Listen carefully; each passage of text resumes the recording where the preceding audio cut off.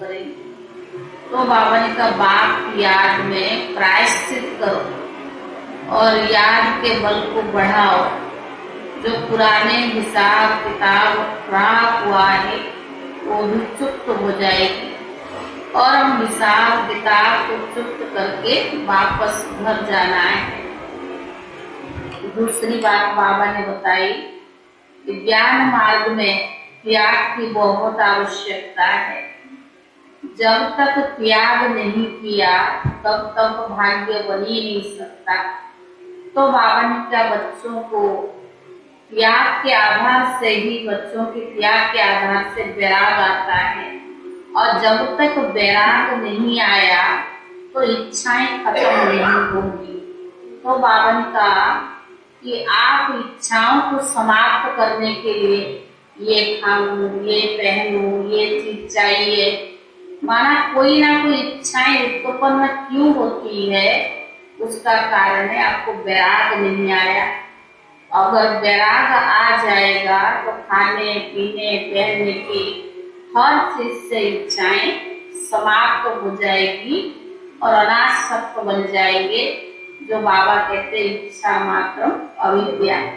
जब तक ब्राह्मण बनने के बाद त्याग वृत्ति नहीं रही, वैराग वृत्ति नहीं आया, तब तक बाबा ने कहा हम इच्छाएं समाप्त नहीं कर सकते।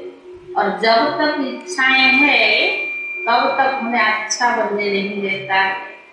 तो बाबा ने कहा वैराग वृत्ति को उत्पन्न करो और इच्छाएं समाप्त करो। ये खाऊं, ये पहनूं, ये चाहिए, वो चाहिए, माना जो भी प्रकार की इच्छाएं होती है वो तभी जाके समाप्त होगी, तब आप संपूर्णता या परफेक्ट बन पाएंगे। आज बाबा ने और कई धारणाओं पर भी ध्यान खिंचवाया। सारे मीठे बच्चे याद में रहे अपने विक्रम की प्रायश्चित करो तो विक्रमाजित बन जाएगी। मीठे बच्चे याद में रहे अपने विक्रम को प्रायश्चित करो तो विक्रमाजित बन जाएंगे। पुराने सब हिसाब किताब चुप्त हो जाएंगे। पुराने सब हिसाब किताब चुप्त हो जाएंगे। प्रश्न है, किन बच्चों से हर बात का त्याग सहज हो जाता है? किन बच्चों से हर बात का त्याग सहज हो जाता है? कौन से बच्चों से?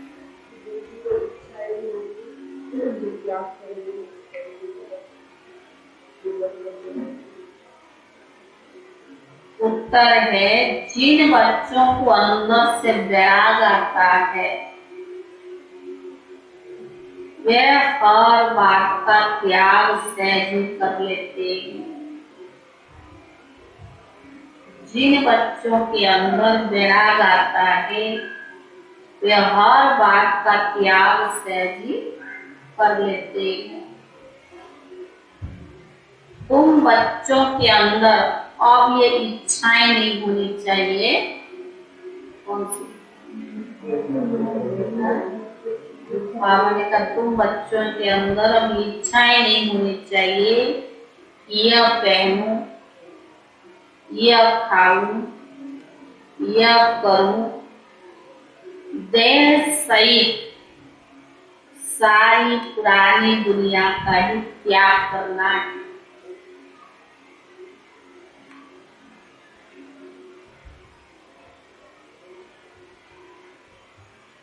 देह सहित सारी पुरानी दुनिया का ही त्याग करना है।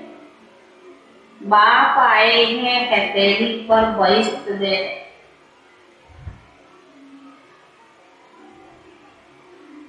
तो इस पुरानी दुनिया से बुद्धियों हट जानी चाहिए। बाप आए हैं हथेली पर बहिष्ठ देने, तो पुरानी दुनिया से बुद्धियों हट जाना चाहिए। गीत है माता वो माता तू है सबकी भाग्य विधाता। ओम शांति। बच्चों ने अपने माँ की महिमा सुनी। बच्चे बहुत समझा जाता है, बराबर बाप है तो जरूर माँ ही है। रचना के लिए माता जरूर होती है। भारत में माता के लिए बहुत अच्छी महिमा गाई जाती है। बड़ा मेला लगता है जगदम्बा का, कोई ना कोई प्रकार से माँ की पूजा होती है। बाबा ने कहा भारत में माता के लिए बहुत अच्छी महिमा गाई जाती है। बड़ा मेला लगता है जगदम्बा का, कोई ना कोई प्रकार से माँ की पूजा होती है। बाप की भी होती होगी, वह जगदम्बा है तो जगत पिता है। जगदम्बा साकार में है तो जगत पिता भी साकार में है। इन दोनों को रचयिता ही कहेंगे। यहाँ तो साकार है ना, निराकार कोई कहा जाता है। गॉड फादर, मदर फादर का राज भी समझाया गया है। छोटी माँ भी है तो बड़ी माँ भी है। महिमा छोटी माँ की है, भले अडॉप्ट करते हैं, माँ को भी अडॉप्ट किया है तो बड़ी माँ हो गई ना। परंतु महिमा सारी किसकी है? छोटी माँ की है। यह भी बच्चे जानते, हरेक को अपने कर्म भोग का हिसाब किताब को चुक्त करना है। क्योंकि विक्रमादित्य थे, फिर रावण ने विक्रमी बना दिया है। विक्रम स्तंभत भी है और विक्रमादित्य स्तंभत भी है। पहला आधा कल्प विक्रमादित्य कहेंगे, फिर आधा कल्प विक्रम स्तंभत शुरू होता है। अभी बच्चे विक्रमों पर जीत पाकर विक्रमादित्य बनते हो। पाप जो है उनको योग बल से प्रायश्चित है। प्रायश्चित होता है याद से। पाप जो है उनको योग बल से प्रायश्चित करते हैं। प्रायश्चित होता है याद से। जो बाप समझाते हैं बच्चे याद करो तो पाप प्रायश्चित हो जाएगा, अर्थात कट उतर जाएगी। सिर पर पापों का बोझा बहुत है। जन्म जन्मांतर का समझाया गया है कि जो नंबर 1 में पुण्य आत्मा बनते वही फिर नंबर 1 पाप आत्मा भी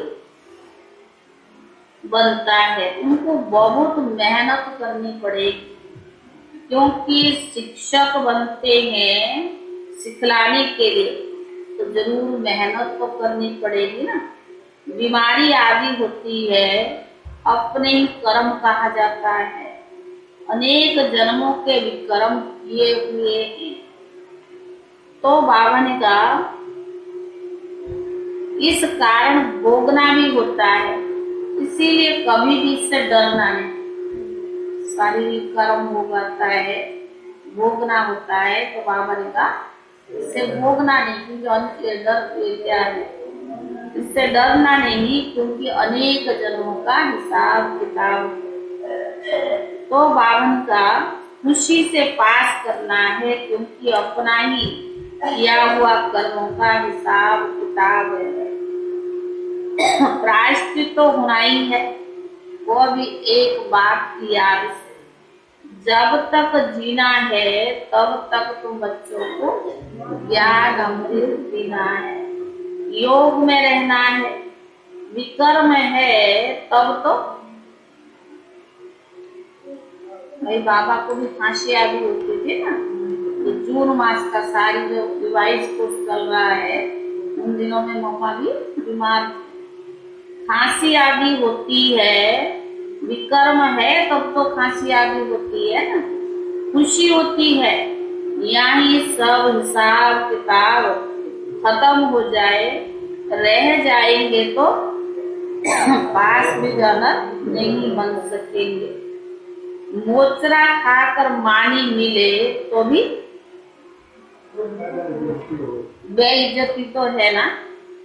अनेक प्रकार के दुख की भोगना होती है। यहाँ अनेक प्रकार के दुख के पारावार नहीं है, वहाँ सुख का पारावार रहता है। नाम ही तो स्वर्ग है ना। क्रिश्चियन लोग कहते हैं हेवनली गॉड फादर। इन बातों को तुम बच्चे जानते हो। निवृत्ति मार्ग वाले सन्यासी तो कह देते हैं ये सब सुख काग विस्तार के समान है। मुझे याद करते रहो, इसका अर्थ है मनमनाम हो। इन्होंने भी कृष्ण भगवान वाच लिख दिया है। पतित पावन तो एक ही है, सर्व का सदगति दाता भी एक ही है। तो एक को याद करना है ना। कहते हैं मुझे एक को याद कर के काम, मुझे एक बाप को भूलने के कारण कितने विक्रम करते हो। तो बावन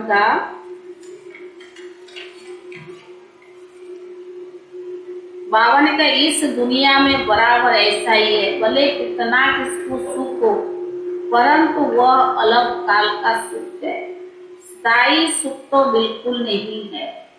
बैठे बैठे आपदाएं आ जाती है, हाथ फेल हो जाते हैं, आत्मा एक शरीर छोड़ दूसरे में जाकर प्रवेश करती है, तो शरीर आपके ही मिट्टी हो जाता है।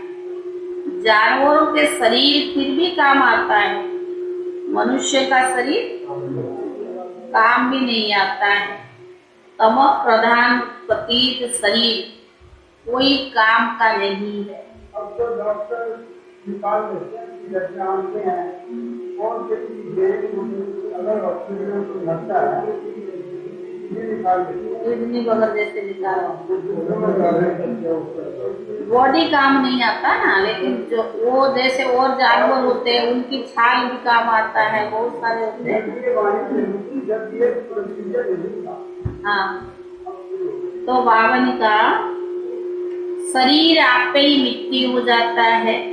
बावन का पतित शरीर कोई काम का नहीं है, पौड़ियां मिसल है।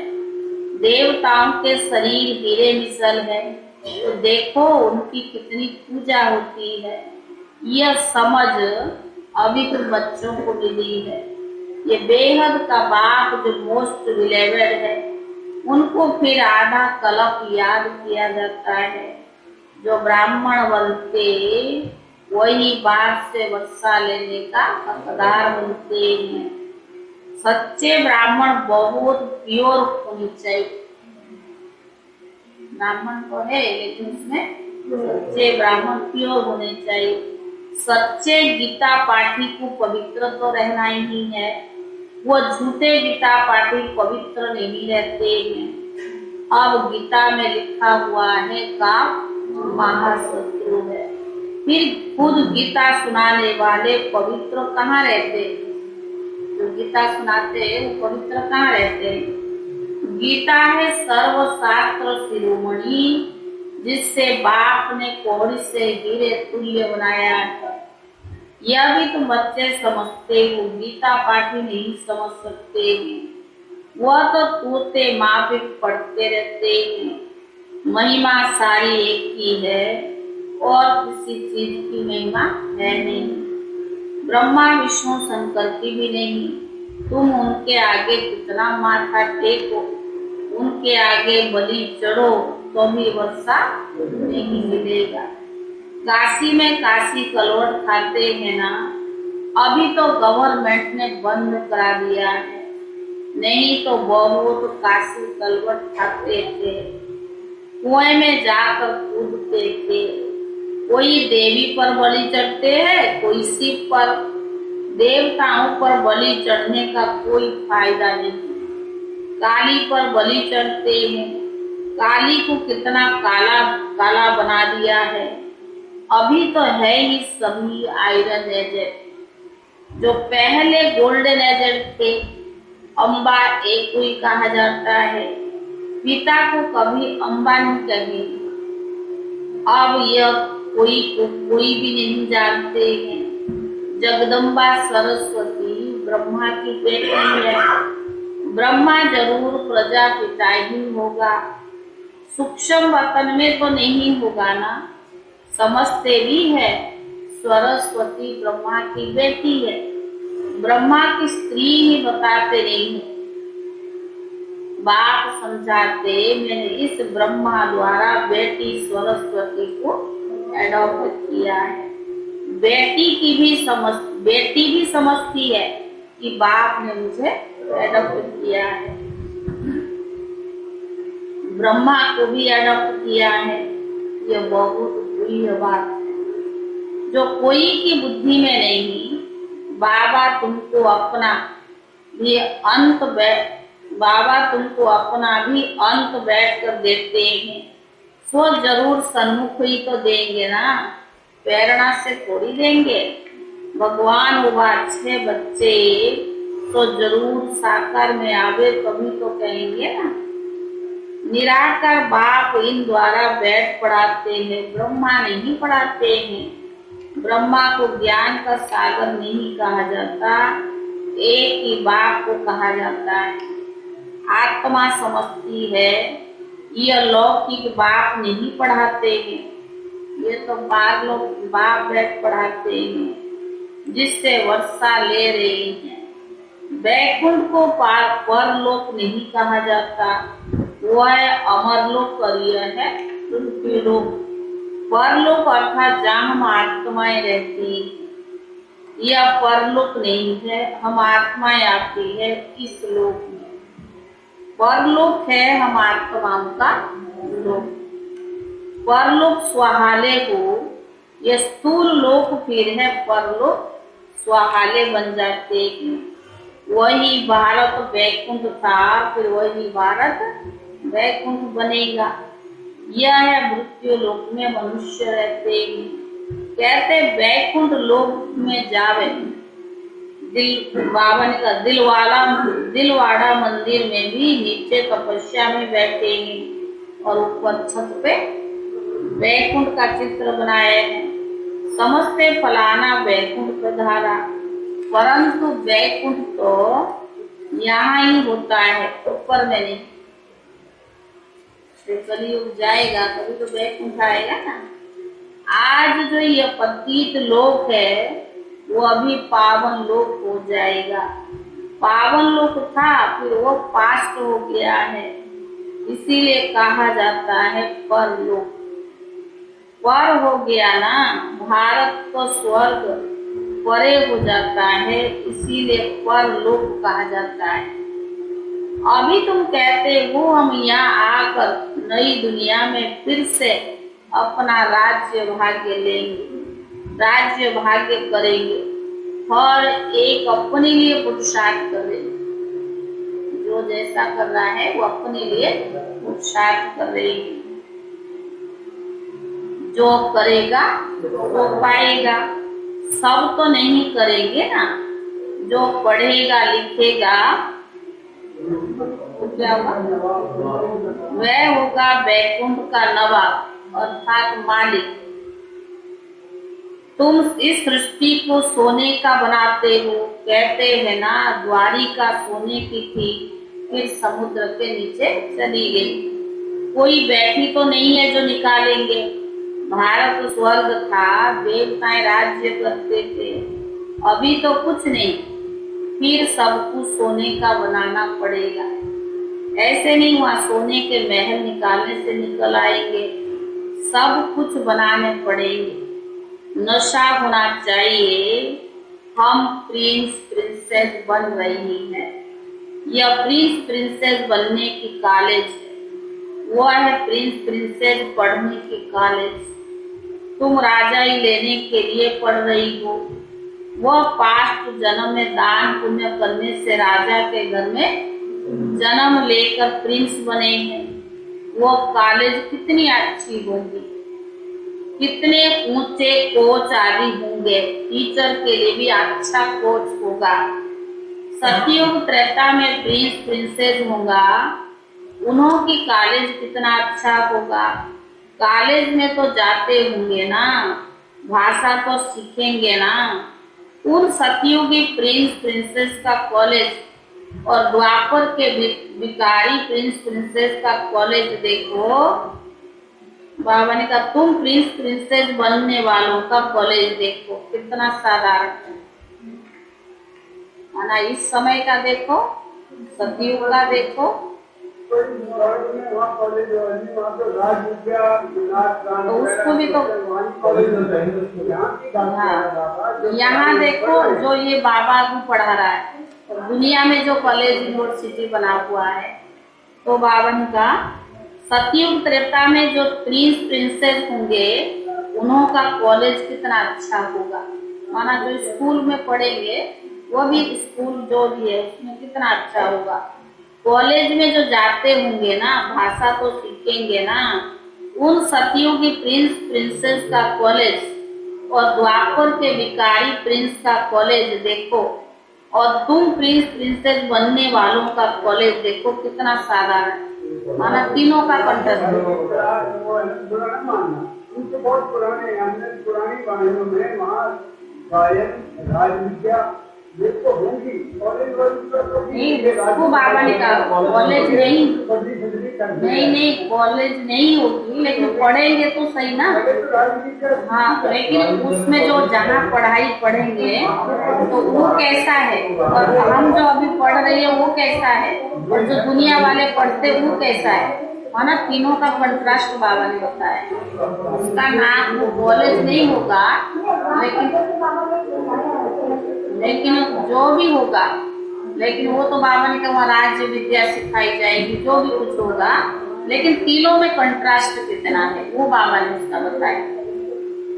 तो बाबा ने कहा 3 पैर पृथ्वी भी नहीं मिलते, हम भी देवी देवता बनेंगे अभी के समय। हाँ, 3 पैर पृथ्वी भी नहीं मिलते। तुम जानते हो वहाँ प्रिंस कैसे जाते हैं कॉलेज में? वहाँ पैदल नहीं करना है पड़ता है, महल से निकले और एरोप्लेन उड़ा। वहाँ की कैसी अच्छी कॉलेजेस होंगी, कैसे सुंदर बगीचे महल आदि होंगे। वहाँ की हर चीज नई, सबसे ऊंच नंबर 1 होती है। 5 तत्व भी वहाँ सबको प्रदान हो जाते हैं। तुम्हारी सेवा कौन करेंगे? ये 5 तत्व अच्छे से अच्छी चीज तुम्हारे लिए वहाँ पैदा करेंगे। जब कोई फल बहुत अच्छा कहाँ से निकलता है, वो राजा रानी को सौगात में भेज देते हैं। तो बाबा ने कहा यहाँ तो तुम्हारा बाप शिव बाबा है, सबसे ऊंचा है, तुमको क्या खिलाएंगे? यह कोई भी चीज की इच्छा नहीं रखती। बाबा है तो वो और ये और 3 का कंट्रास्ट। तो बाबा ने कहा यहाँ कोई चीज की इच्छा नहीं रखते। यह पहनूं, यह खाऊं, यह करूं। तुम बच्चों को कोई भी इच्छाएं भी चीज इच्छा नहीं रखते। बाबा ने कहा तुम बच्चों को भी ये इच्छाएं नहीं होनी चाहिए। यहाँ सब किया तो वहाँ कम हो जाएगा। अगर यहाँ राजाई ठाट में रहे, खाया पिया जो भी कुछ ये चाहिए वो चाहिए, तो बाबा ने कहा वहाँ कम हो जाएगा। अभी तो सारी दुनिया का त्याग करना है, देह सहित सब कुछ त्याग करना है। वैराग आता है तो त्याग हो ही जाता है। जब तक वैराग नहीं आएगा त्याग नहीं कर सकते। बाप कहते मैं तो बच्चों को हथेली पर वरिष्ठ देने आया हूँ। तुम जानते हो बाबा हमारा है तो जरूर उनको याद करना पड़े। जैसे कन्या की सगाई होती है या लगन जुटती है तो कभी नहीं कहेंगे हम पति को याद नहीं करते, क्योंकि वो लाइफ का मेल हो जाता है ना। वैसे ही बाप और बच्चों का मेल होता है, परंतु फिर भी माया बुला देती है। बाप कहते मुझे याद करो और वर्षे को याद करो, इसमें मुक्ति और जीवन मुक्ति आ जाती है। फिर तुमने ये भूल क्यों जाता है? इसमें बुद्धि का काम है। जबान से कुछ बोलना नहीं होता है और ही निश्चय करना है। हम जानते हैं पवित्र रहकर पवित्र दुनिया का वर्षा लेंगे। इसमें समझने की बात है, बोलने की बात नहीं है। हम बाबा के बने हैं। शिव बाबा पतितों को पावन बनाने वाला है। कहते हैं मुझे याद करते रहो। इसका अर्थ ही है मनमनाभव। इन्होंने फिर कृष्ण भगवान वाच लिख दिया है। पतित पावन तो एक ही है, सर्व का सदगति दाता एक एक को याद करना है। कहते मुझ बाप को भूलने के कारण कितनों को याद करते रहते हो। अभी तो मुझे याद करो तो विक्रमादित्य राजा बन जाएंगे। विक्रमादित्य राजा और विक्रमी राजा का फर्क भी बताया है ना। पूज्य से पुजारी बन जाते हैं, नीचे आना ही है। वैश्य वंश, फिर शूद्र वंश, फिर वैश्य वंश बनना माना मार्ग में आना है। हिस्ट्री जोग्राफी तो सारी बुद्धि में है। इस समय कहानियां भी बहुत है। वहाँ मोह की कोई बात नहीं रहती है। बच्चे आदि सब वहाँ मौज में रहते हैं, ऑटोमेटिकली अच्छी रीति पलते रहते हैं सतयुग में। वहाँ कोई दुख की बात नहीं होती। दास दासियां तो आगे रहते ही है। और अपनी तकदीर को देखो कि हम ऐसी कॉलेज में बैठे जहाँ हम भविष्य में प्रिंस प्रिंसेस बनते हैं।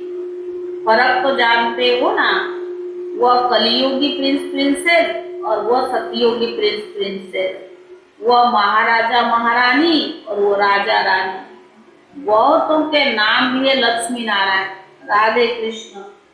फिर उन लक्ष्मी नारायण और राधे कृष्ण की पूजा क्यों करते? नाम तो एक ही है ना, पर हाँ वो स्वर्ग के मालिक। अभी तुम जानते हो ये नॉलेज कोई शास्त्र में नहीं है। तो बाबा ने कहा अभी तुम समझ गए हो, यज्ञ तप दान पुण्य आदि करने में कोई सार नहीं। ड्रामा अनुसार दुनिया को पुराना तो होना ही है। मनुष्य मात्र को तम प्रधान बनना ही है। हर बात में तम प्रधान, क्रोध लोभ मोह सब में तम प्रधान है। हमारे टुकड़े पर इसका दखल क्यों है? इसको मारो बोली, कितनी मारा मारी करते हैं, आपस में कितने लड़ते झगड़ते हैं। एक दो को खून करने में भी देरी नहीं करते हैं। बच्चा समझता है कहाँ बाप मरे और वर्षा मिले। है ना, ऐसी तमो प्रधान दुनिया का अब विनाश तो होना ही है। फिर सतो प्रधान दुनिया आएगी। अच्छा मीठे मीठे सिखी दे बच्चों प्रति माता पिता बाप दादा का याद प्यार और गुड मॉर्निंग। रूहानी बाप की रूहानी बच्चों को नमस्ते। और रूहानी बच्चों की तरफ से रूहानी बाप दादा को याद प्यार और धारणा के लिए मुख्य स्थान। पुण्य आत्मा बनने के लिए याद की मेहनत करनी। पुण्य आत्मा बनने के लिए याद की मेहनत करनी। सब हिसाब किताब समाप्त कर पास में जाना, इज्जत से जाना। सब हिसाब किताब समाप्त कर पास में जाना, इज्जत से जाना है। इसीलिए कर्म भोग से डरना नहीं, खुशी खुशी से चुप करना है।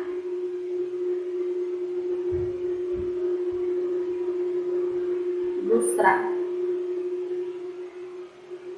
सदा इसी नशे में रहना है कि हम भविष्य प्रिंस प्रिंसेस बन रहे हैं। यह है प्रिंस प्रिंसेस बनने की कॉलेज।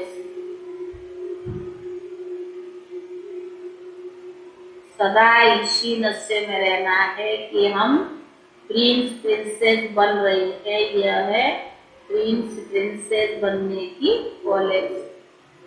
वरदान। अचल स्थिति द्वारा मास्टर दाता बनने वाले विश्व कल्याणकारी भव। अचल स्थिति द्वारा मास्टर दाता बनने वाले विश्व कल्याणकारी भव। जो अचल स्थिति वाले हैं उनके अंदर यही शुभ भावना, शुभ कामना उत्पन्न होती है, ये भी अचल हो जाए। जो अचल स्थिति वाले हैं उनके अंदर की यही शुभ भावना, शुभ कामना उत्पन्न होती है, यह भी अचल हो जाए। अचल स्थिति वालों का विशेष गुण क्या होगा?